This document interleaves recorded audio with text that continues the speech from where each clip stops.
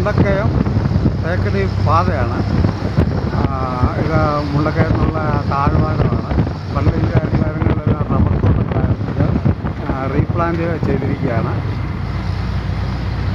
ഇതാണ് മലനിരകൾ. ഇപ്പം മഞ്ഞും മഴയൊക്കെ ഉള്ള സമയം. ഇന്ന് വെയിൽ തോർന്നതേ ഉള്ളൂ, മഴ തോർന്നതേ ഉള്ളൂ. മലഞ്ചെരിവ് ഉണ്ടോ? ഇവിടുന്ന് ഏകദേശം ഒരു 40 കിലോമീറ്റർ അകലെയാണ് കേട്ടോ മല.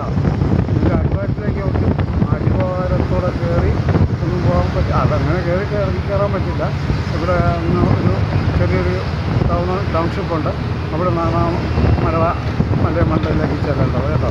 അവിടെ ഒരു മൊണാസ്ട്രി ഒക്കെ ഉണ്ട് കേട്ടോ. അവിടെ ഷിപ്പിലായാലും പറഞ്ഞില്ലേ, അതാണ് ആ ടൗൺഷിപ്പ് കേട്ടോ. ഇതെല്ലാം ഈ അടുത്തൊന്നുമല്ല, ഇടയ്ക്കുള്ള കടകളാണ് ആ ടൗൺഷിപ്പ്. ആ വഴി ആ മലയുടെ അടിവാരത്തിൽ നിന്നാണ് അതങ്ങനെ പോകുന്നത് കേട്ടോ. ഇങ്ങോട്ടാണ് പോകുന്നത്. തേക്കടി പാതയൊന്ന് നോക്കി. മുണ്ടക്കയത്ത് നിന്ന് തേക്കടി, അത് കോട്ടയം മുണ്ടക്കയം തേക്കടിയിലെ പാതയാണ്. ഇത് ഭംഗിയാണ്. വനങ്ങളൊന്നും അല്ല കേട്ടോ. പണ്ടൊന്നും ഈ വഴികളിൽ കടകളൊന്നും ഇല്ലായിരുന്നു. ഇപ്പോഴാണ് ഈ കടകളൊക്കെ വന്നത്. അതും ഇടവിട്ടൊക്കെ കടകളുള്ളൂ. ഇപ്പോൾ പൊക്കയാണത്. ഇവിടെ സൈഡ് വ്യൂവിനൊക്കെ ഉള്ളൂ, വ്യൂ പോയിന്റിനൊക്കെ കൊള്ളുള്ളൂ. പക്ഷേ ഇവിടെ ഡേഞ്ചറാണ്. ഈ കൊക്കകളൊക്കെ ഉരുൾപൊട്ടലിനും ഒക്കെ സാധ്യതയുണ്ട്. ആ തേക്കടിക്ക് വരുന്നതിനുള്ള ഒരു കണക്കിന് പറഞ്ഞാൽ മൂന്നാറിന് പോകുന്നതിനേക്കാളും നല്ലതും ചിലവോറും ഈ തേക്കടി റൂട്ടിലേക്കുള്ള കടകളും ഒക്കെയാണ് കേട്ടോ. ഇവിടെ വലിയ വിലയൊന്നുമില്ല. മൂന്നാറിലൊക്കെ എല്ലാവരും മൂന്നാർ, നീലക്കുറിഞ്ഞൊക്കെ പോകും. ഭയങ്കര എക്സ്പെൻസീവാണ് മൂന്നാർ. ഇവിടെ തേക്കടിയൊന്നും വലിയ എക്സ്പെൻസീവ് അല്ല കേട്ടോ നിലവിൽ. തേക്കടിയിലാണ് ഏറ്റവും, എൻ്റെ അറിവിൽ ഞാൻ പറയുകയാണെങ്കിൽ കേരളത്തിലെ ഏറ്റവും കളിപ്പീര് കുറഞ്ഞൊരു സ്ഥലം ഇടുക്കി ജില്ലയാണ്. ഏറ്റവും നിങ്ങൾക്ക് ഫുഡ് നോർമലും കഴിക്കാം. ഇപ്പോഴും 10 രൂപയ്ക്ക് ദോശ കിട്ടുന്ന സ്ഥലം ടൂറിസ്റ്റ് പ്ലേസ് തേക്കടിയിലേ ഉള്ളൂ. ഈ റൂട്ടിലൊക്കെ ഒരു കട നിർത്തിയേക്ക് വലിയ തുകയൊന്നുമില്ല. മൂന്നാർ മറ്റേ സ്ഥലങ്ങളിലൊക്കെ ഭയങ്കര ചിലവാണ്. ഇവിടെ ഇപ്പോഴും 700 രൂപയ്ക്കൊക്കെ നോർമൽ പോകുമ്പോൾ സുരക്ഷിതത്വം ഉണ്ടെന്നാണ് ഫാമിലിക്ക് വരാനൊക്കെ. അവനെന്നാ നിന്നെ വിളിക്കുന്നത്? ഞാൻ പെട്ടെന്ന് കേട്ടോ എടിയെന്ന് വിളിക്കുവാണ്. എനിക്കൊന്ന് ഉമ്മീന്നായിരിക്കും.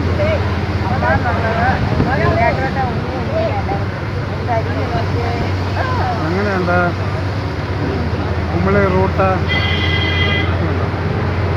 ഇവിടെ ഇതായിട്ടൊരു റൂട്ടാണ്.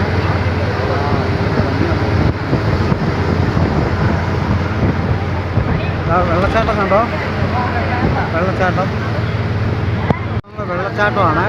കണ്ടോ, ഒരു ചെറിയൊരു പുളിയുടെ പോലെ കാണുന്നത്. അത് ഒരു മലയുടെ നിരകളിൽ നിന്ന് വരുന്ന വെള്ളച്ചാട്ടങ്ങളാണ് കേട്ടോ. രണ്ടും കോട്ടയത്തു നിന്നും എറണാകുളത്തു നിന്നൊക്കെ വരുമ്പം കുട്ടിക്കാനം എന്ന് പറയും. കുട്ടിക്കാനം റൗണ്ടാണ്. ഇത് ഞാൻ പണ്ടൊന്നും ചെയ്തിരുന്നു. അന്ന് അതിവെളുപ്പാങ്കാലമായിരുന്നു. ഇതൊരു ഭയങ്കര ഒരു ദൃശ്യവിസ്മയമാണ്. അത് കട്ടപ്പനയ്ക്കുള്ള റൂട്ട്. ആ കാണുന്ന വഴി, ആ കാണുന്ന റൂട്ട് ഇവിടുന്ന് കട്ടപ്പനയ്ക്ക് തിരിയാണ്. അത് ടൂറിസ്റ്റ് പ്ലേസ് അല്ല കട്ടപ്പന. ഹൈറേഞ്ചിൻ്റെ തലസ്ഥാനം തന്നെ പറയാം, പൈനാവല്ല. കാരണം അവിടെയാണ് ബിസിനസ് സെൻറ്ററും കോടീശ്വരന്മാരും ഇവിടുത്തുകാരൻ കട്ടപ്പനക്കാരനാണെന്ന് ചോദിക്കുന്ന ഇതും. ഇവിടെ നിന്ന് ഇങ്ങോട്ട് വന്ന് അത് കുട്ടിക്കാനം മുണ്ടക്കയം കോട്ടയം റൂട്ടാണ് എറണാകുളം റൂട്ട്. ഇത് കുമളി റൂട്ട്. ഇത് ഇവിടെ ഈ കാണുന്നൊക്കെ തട്ടുകടകളാണ്. എല്ലാം വിലക്കുറവ്, നല്ല രുചികരമായ. ഇത് രാത്രിയിലേ തുറക്കുള്ളത്. ഇതാണ് ഇവിടുത്തെ ഒരു സിറ്റുവേഷൻ. ഇവിടെ ഒരു കോളേജുണ്ട്. ഇതേ കാണുന്നതാണ് കുട്ടിക്കാനം മരിയൻ കോളേജാണ്. ഇവിടെ സെൽഫ് ഫിനാൻസ് കോളേജാണത്. ഇവിടെ അതിനുശേഷം ഒത്തിരി ഗവൺമെൻറ് എഞ്ചിനീയറിംഗ് കോളേജും അങ്ങനെയുള്ള മെഡിക്കൽ കോളേജ്, ബാക്കി എല്ലാ ഇൻസ്റ്റിറ്റ്യൂഷൻസും ഇവിടെയുണ്ട്. ഉണ്ടോ? മൂന്നാറിലെ തേയിലത്തോട്ടങ്ങളൊക്കെ ഇവിടെ ഉണ്ട് കേട്ടോ. ഇത് തേക്കടി റൂട്ടിൽ ഇഷ്ടമാതിരി ഉണ്ട് കേട്ടോ. ഇതാ ഇവിടെയാണ് മൂന്നാറിനേക്കാൾ ഒരു കണക്കിന് പറഞ്ഞ ഫാക്ടറികളും കാര്യങ്ങളൊക്കെ ഉണ്ടായിരുന്നതും ഇവിടെയും കുട്ടിക്കാനത്തും വാഗമണിലൊക്കെയാണ്. ഇപ്പോൾ ആ ചെവിയിൽ നിന്ന് വെയിലടിക്കുന്നതുകൊണ്ട് നമുക്ക് കാണാൻ പ്രകാശം കുറഞ്ഞ, അതായത് തെക്കൻ ചെരുവിലെ എൻ്റെ പപ്പായി പറയുമായിരുന്നു വെയിലും തെക്കൻ ചെരുവിലെ കൃഷി എന്നൊക്കെ പറയാമായിരുന്നു. ഏലത്തോട്ടത്തിന് ബേസ് അതിനെന്തോ പ്രത്യേകത ഉണ്ടെന്നൊക്കെ പറയാമായിരുന്നു. ഇതാണ് മൂന്നാർ പോയാൽ കാണുന്നത്. അത് തന്നെയാണ് ഈ തേക്കടി റൂട്ടിലും നമുക്ക് കാണാൻ കഴിയുന്നത്. അവിടെ ഇതിനകത്ത് കയറണമെങ്കിൽ പൈസ കൊടുക്കണം. ഇവിടെ ഒന്നും വേണ്ടെന്നുള്ളതേ ഉള്ളൂ. കോട്ടയത്തു നിന്നും എറണാകുളത്തു നിന്നും മുണ്ടക്കയത്തു നിന്നൊക്കെയുള്ള തേക്കടിക്കുള്ള യാത്രയാണിത്. ഈ വഴിക്കുള്ള ദൃശ്യങ്ങളാണ് കണ്ടത്. നമ്മുടെ 123-ാമത്തെ എപ്പിസോഡാണിത്. ഇവിടുത്തെ പ്രത്യേകത ഈ വഴിക്കുള്ള 1-2 തട്ടുകടകളിലെ ഒരു അഹങ്കാരം ഒഴിച്ച് ബാക്കിയെല്ലാം ഇവിടെ നല്ലൊരു മാന്യമായൊരിതാണ്. പോലീസുകാരൊക്കെ എപ്പോഴും വാച്ചിങ്ങാണ്. ഫാമിലിയായിട്ട് നല്ല സുരക്ഷിതമാണ്. 1-2 ബാക്കിയെല്ലാം ഞാൻ നോക്കിയിട്ട് നല്ല ഒരു തണുപ്പ്, രാത്രി കഴിഞ്ഞാൽ നല്ല തണുപ്പ്, നല്ല സ്വസ്ഥതയുള്ള ഒരു ഏരിയയാണ്. പിന്നെ ഇവിടുന്ന് അങ്ങോട്ടാണ് ഒരു മിനിമമായ സ്ഥലങ്ങളാണ് ഈ വഴിക്കുമൊക്കെ. പിന്നെ ബേക്കറിയുടെ ഒരു പ്രത്യേകത എന്ന് പറഞ്ഞാൽ ഗൈഡുകളടക്കം ഞാൻ പറഞ്ഞല്ലോ, ടാക്സി ഡ്രൈവർമാരെ അടക്കം അവർക്കൊരു 5-6 മാസത്തെ വരുമാനമുള്ള അടുത്ത 6 മാസം കഴിയും. പിന്നെ മഴയും തണുപ്പും ഇപ്പോൾ ഈ ഓണത്തിന് പ്രമാണിച്ചാണ് അവർക്ക് കുറേ നാൾ കൂടി ഗസ്റ്റ് കിട്ടുന്നത്. അവരുടെ വീടുകളിൽ അടുപ്പ് പോയെന്നൊക്കെ 6 മാസത്തെ ഇതുകൊണ്ടാണ്. അവരുടെ കുട്ടികളുടെ സ്കൂൾ പ്രവേശന സമയത്തൊന്നും അവർക്ക് ഒരു വരുമാനമില്ല. ഇതിൽ നിന്ന് ലോണും കാര്യങ്ങളൊക്കെ എടുത്താണ് ഇവരെല്ലാം കഴിയുന്നത്. പിന്നെ ഗൈഡുകളാണേലും മയക്കുമരുന്ന് കച്ചവടക്കാരോ ഒന്നുമില്ല. കാരണം ഏറ്റവും പ്രത്യേകത എന്ന് പറഞ്ഞാൽ ഒരാൾ മയക്കുമരുന്ന് കച്ചവടമൊക്കെ ചെയ്തും ഒക്കെ ഒരു ഗൈഡിൽ ഒരാൾ ചെയ്തെന്ന് പറഞ്ഞാൽ ബാക്കിയുള്ളവർ ഒറ്റപ്പെടുത്തും കൂട്ടത്തിൽ നിന്ന്. അങ്ങനെ അവരെ അനുവദിക്കില്ല, അങ്ങനെ ചെയ്യുമെന്ന് ഉപദേശിച്ച് കൊടുക്കും. മാത്രമല്ല അവർക്കൊക്കെ എൻ്റെ ഒരു ഡ്രൈവറാണേലും ജീപ്പിൻ്റെ ആണേലും ഓട്ടോയുടെ ഒക്കെ ആണേലും എനിക്കറിയാവുന്ന തേക്കടിയിലെ ഒരു സംഭവം എന്ന് പറഞ്ഞാൽ 7 ഭാഷയും 10 ഭാഷ അറിയാമെന്ന് വേണ്ട. ചൈനീസ്, ജർമ്മനി, നമ്മളൊക്കെ പൈസ കൊടുത്താൽ ഈ ഭാഷയൊക്കെ പഠിക്കുന്നത്. പക്ഷേ ഇത് അവർക്ക് എല്ലാ ഭാഷകളും അറിയാമെന്നുള്ളതാണ്. അവർക്ക് വിദ്യാഭ്യാസം കുറവാണെങ്കിലും മാത്രമല്ല മാന്യമായ ഇടപെടലില്ല. ഒരു ഡ്രൈവർമാരെ സ്ത്രീകളോട് മോശമായ ഇടപെടില്ല. ഒരു ഫാമിലിയിൽ വരുന്ന ഒരു പെൺകുട്ടി ഉണ്ടെങ്കിൽ അതിനെ വായി നോക്കി നടക്കുന്ന സ്വഭാവം ഈ തേക്കടിയിൽ ഗൈഡുകൾക്കുമില്ല, ഡ്രൈവർമാർക്കുമില്ല. കാരണം അവരെ ഗസ്റ്റിന് വളരെ മര്യാദ കൊടുക്കും. മാത്രമല്ല ഗസ്റ്റിനെ ആക്രമിക്കില്ല. മറ്റുള്ള ഞാൻ പല സ്ഥലങ്ങളിലും ഇടുക്കിയിലെ ഗസ്റ്റുകളെ ആക്രമിച്ച സംഭവങ്ങളുണ്ട്. ഗസ്റ്റിൻ്റെ കൂട്ടത്തോടെ ആക്രമിക്കും എന്നാണ്. പക്ഷേ ഈ തേക്കടി കുമിളിയിലൊന്നും ഗസ്റ്റിൻ്റെ കൂടെ നിൽക്കും.